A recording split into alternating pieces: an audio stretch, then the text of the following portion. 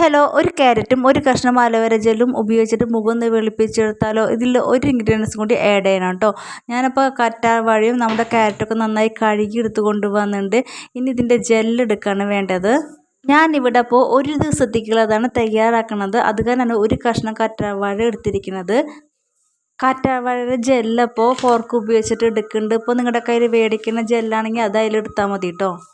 കൂടുതൽ റിസൾട്ട് കിട്ടുക നമ്മുടെ വീട്ടിലുള്ള കറ്റാർവാഴ എടുക്കുന്നതായിരിക്കും. മറ്റേന്ന് പറഞ്ഞാൽ കേടൊന്നും വരാണ്ടിരിക്കും, വല്ല കെമിക്കലൊക്കെ ഇട്ടുണ്ടാവും.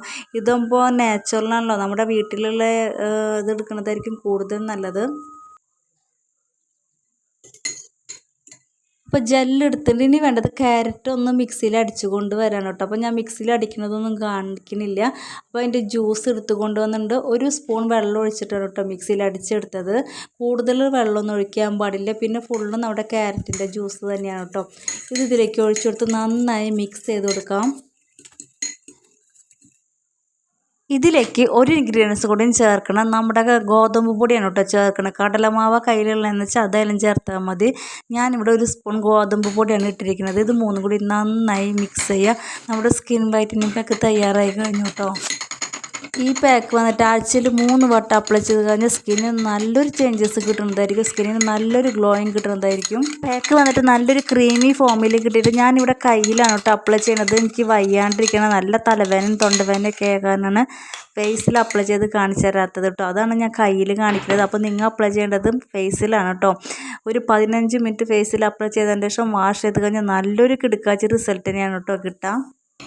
ഞാനിപ്പോൾ ഇവിടെ കയ്യിൽ നല്ല കട്ടിക്ക് അപ്ലൈ ചെയ്തിട്ടുണ്ട്. നമ്മൾ പുറത്തു നിന്നൊക്കെ വാങ്ങുന്ന കെമിക്കൽ അടങ്ങിയ ക്രീം ഉപയോഗിച്ച് നിറം വെപ്പിക്കുന്നതിനേക്കാൾ എത്രയോ നല്ലതാണ് വീട്ടിലുള്ള ഇൻഗ്രീഡിയൻസ് ഉപയോഗിച്ചിട്ട് നിറം വെപ്പിക്കുന്നത്. പുറത്തുനിന്ന് വാങ്ങുന്ന കെമിക്കൽ അടങ്ങിയ ക്രീം ഉപയോഗിച്ച് എന്തായാലും അതിന് നെഗറ്റീവ് റിസൾട്ട് കിട്ടുന്നതായിരിക്കും. അപ്പം കിട്ടില്ലെങ്കിലും വൈകിട്ടല്ല റിസൾട്ട് കിട്ടുന്നതായിരിക്കും. അപ്പോൾ അത് വെച്ച് 15 മിനിറ്റിന് ശേഷം വാഷ് ചെയ്യാം കേട്ടോ. 15 മിനിറ്റ് ആകുമ്പോഴത്തേക്കും ഡ്രൈ ആയിട്ടുണ്ട് കേട്ടോ. വിരലുമത്തൊക്കെ നന്നായി ഡ്രൈ ആയിട്ടുണ്ട്. ഇനി വാഷ് ചെയ്തിട്ട് റിസൾട്ട് കാണിച്ചു തരാവേ. ഞാൻ ഈ വീഡിയോ രാത്രിയിലാണ് പിടിക്കുന്നത്. അത് കാരണം നിങ്ങൾക്ക് എത്രത്തോളം ക്ലിയറിൽ കാണാൻ പറ്റുന്ന അറിയില്ല. നല്ലൊരു ഗ്ലോയിങ് തന്നെയാണ് കേട്ടോ കിട്ടിയിരിക്കണേ. അടുത്ത നല്ലൊരു വീഡിയോ ആയിട്ട് കാണും വരയ്ക്കും പോകണം കേട്ടോ. ഓക്കേ.